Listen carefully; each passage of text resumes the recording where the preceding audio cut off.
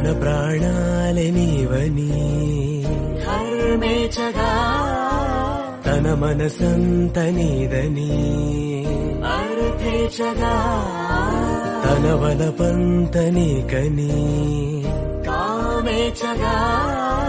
అవధులు లేని ప్రేమకై